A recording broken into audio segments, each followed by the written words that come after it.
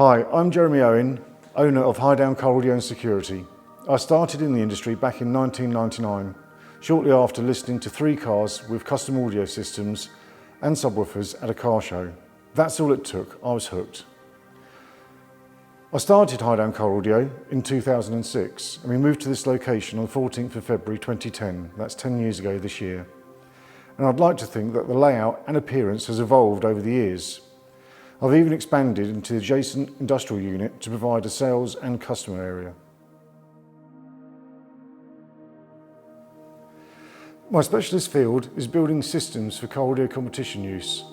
I started competing in Alaska in 2000 and moved over to EMA in 2007 when Alaska in the UK came to an end. Competitions are a way for me as an individual to expand my knowledge and ability, as I'll get to hear new products and systems and discuss techniques by getting together with other industry professionals. I've had to up my game this year with the recent coronavirus pandemic. Now every vehicle has to be completely decontaminated before I work on it, for my safety as well as the client's. I still treat every car as if it was my own. There is nothing more annoying for a customer than having to come back because something isn't right. So I thoroughly check every vehicle before handing it back to the customer. This includes some of the simple things like tuning some radio stations that you guess would appeal to that particular client. I then go through a proper handover with the customer, explaining how their purchase works, and if the system requires it, pairing their phone with them. These little details do take time and are awkward with our social distancing laws right now, but I feel it's time invested as the customer has better confidence and understanding, which is proven to save time and revisits to ask how things operate on their equipment. Equally important is cleaning, vacuuming and decontaminating. When my customers see that their car is cleaner than when they brought it in and decontaminated with antibacterial spray, they leave feeling reassured. While customer vehicles are in my care, I like to protect the surfaces that could be possibly damaged or scratched in the area where I'm working. I have a keen eye for detail and thinking of a worst case scenario. So matching cables with the correct tape to blend in is second nature. And adding foam tape to plastic boxes or anything that could make a rattle behind the dash comes naturally. I pay attention as to how the car has been designed and incorporate this with my design theme in my custom fabrication work. And it's this and the little details that have helped me stay top of my game. My journey in car audio started by being taught the basics by 2 fellow master installers, Rodney Ide and Robert Drake. Now, having worked for myself for a few years, I discovered the YouTube channel Car Audio Fabrication. This was a real inspiration for me, and Mark is exceptional in the way he explains techniques and methods. Even with all my years of experience in this industry, I was so inspired with these new techniques that you guys in the USA have developed. I found that I had so much more renewed enthusiasm and just wanted to implement them into my installations. The industry professional who's inspired me the most is Matt Schaefer, a former winner of the Mobile Electronics Top 50 Installers. He gives a great walkthrough of the installations he's completed, explaining how the installation has been achieved and how inspiration from the design aspects in the vehicle have been integrated into his work. Even in the last couple of years, I've noticed how Matt's work has evolved with the use of CNC machine parts, laser cutting and engraving, and the use of carbon fibre. All of which is an exciting new learning curve that I too have been expanding my knowledge and abilities. I purchased the Shape Oco CNC last year.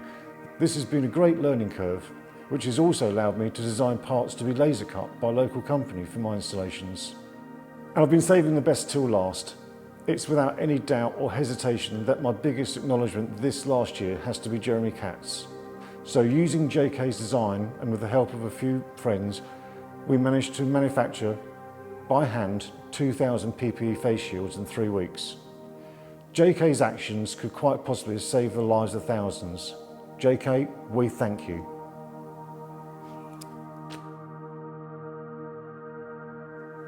I don't have any co-workers, I work on my own. But my son and my wife are my biggest critics. They would say that I will work all the hours God sends to get the job done by the deadline, including holidays and late nights, and that every concept I turn out is an improvement on the last one. Also, that I'm a perfectionist driven by my real passion for my work, which is one of the reasons why I still look forward to going to work each day and the challenges ahead. Seriously, what could the last 12 months possibly throw at me?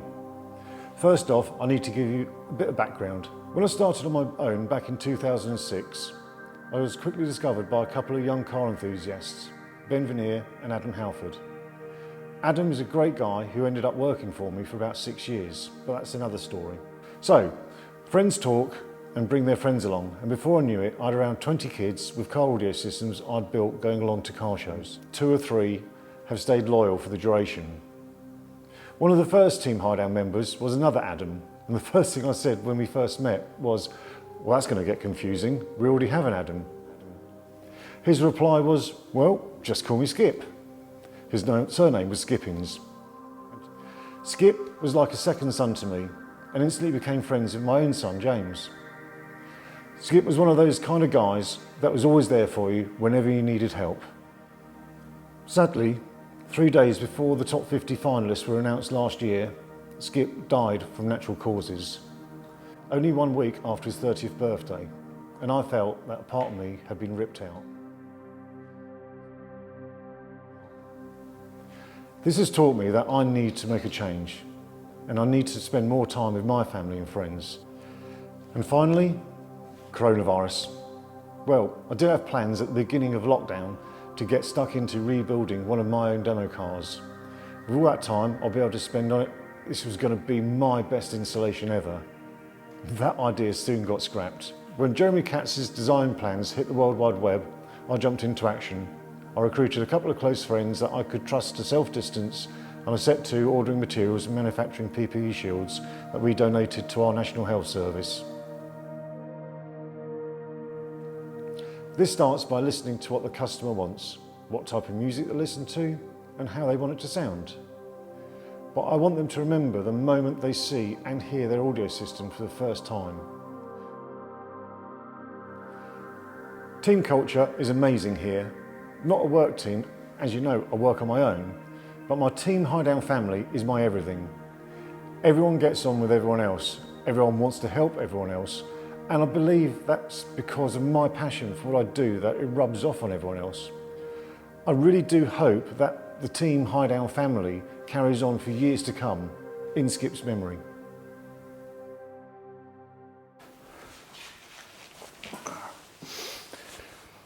Hi. This is possibly the hardest question that you set of all of them, for me anyway. I'm not doing this as a script, I'm literally talking from the heart. And I want to say thank you for just letting me be part of the top 50 last year. It was by far my greatest achievement I feel I've ever had, and thank you so much.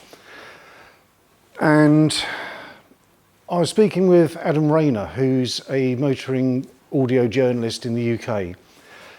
And he said to me, "Jez, you need to unleash your ego." And I was a little bit confused at first, and then he explained it to me that basically he's noticed that I don't shout loud enough about how good I actually am. It's always been a case of, well, I don't want to brag. I don't want to basically go, "Oh yeah, look, I'm so good, blah, blah, blah." Because I know there's guys out there who are a darn sight better than me at loads of aspects. But speaking from the heart, I've got passion. I really, really enjoy what I do. And for me, there's no better excitement than when I'm doing the handover back to the customer, because that's what they experience in the joy and the emotions that they go through when they hear and see and feel their car when it's all complete is the best feeling in the world. It really is. And it's what drives me. But to get there, I go through the whole process with the customer from start to end. And I can only do that because I work on my own. So when the customer walks in, I'm the face they see. I talk to them, I listen to them, and that's the most important bit, is listening to what they are trying to get over. Tell me what music they listen to. Tell me what they expect from the system, they want it to look like, what they want to sound like.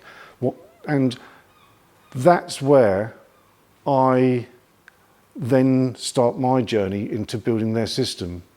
Because if I was just a fabricator or a specialist in wiring and I'm always in the workshop and I never deal with the customers, then I don't know what that customer is expecting.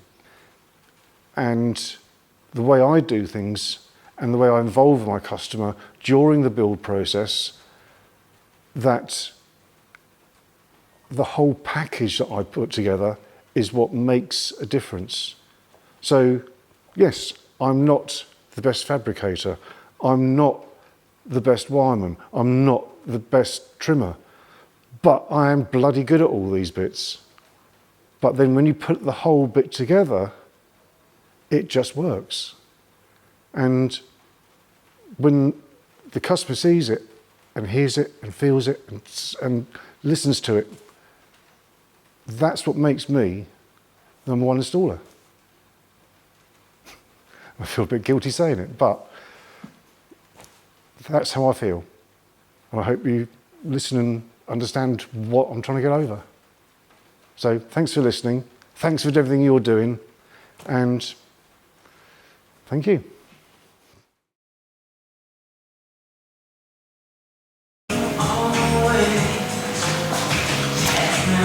Hi, this is my toolbox. We've got grills, PC for doing the tuning on, top got trim removing tool, soldering iron, bit of PPE and some blades, diagnostic voltmeters, turn generators, distortion meters, bit of batteries, multimeters, current sensing, hammers, files, screwdrivers, Torx bits, picks, more screwdriver bits, pliers, crimps, cutters,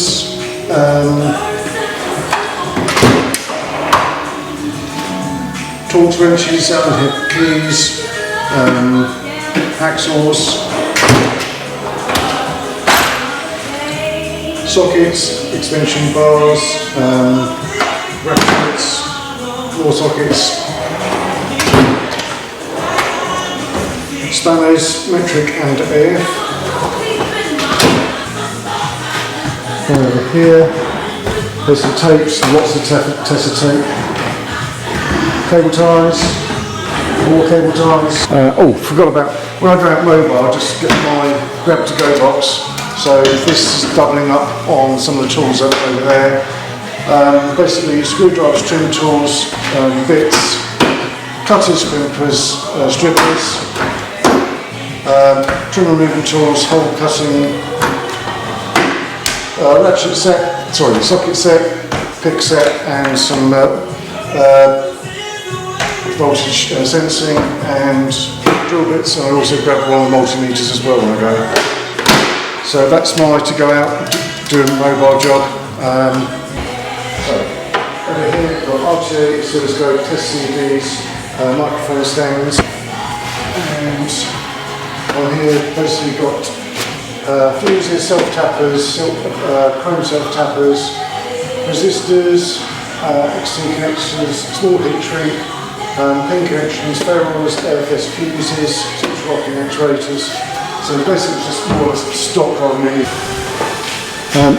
Lots of lights. Lots of lights. It gets dark over here. Also we've got vinyl cutting machine as well. So a bit of whatever we need at the time, normally order it in per job. In the workshop we've got the pillar drill in the corner, also got the press for pressing out our grills, got mobile solutions, templates, which is a smart frame system going through. We've also got the twin router tables and also got a various assortment of router bits and flush trim bits.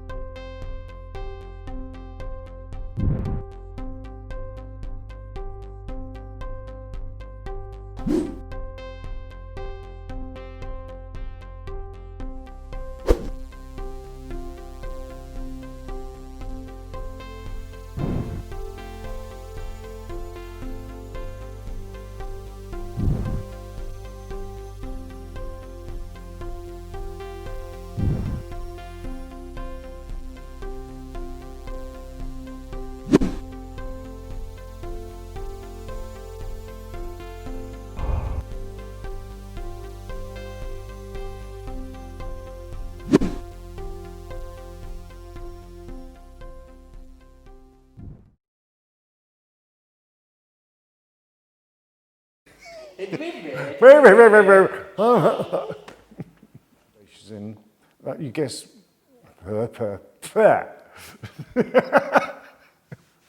While customers' vehicles are in my care, I take.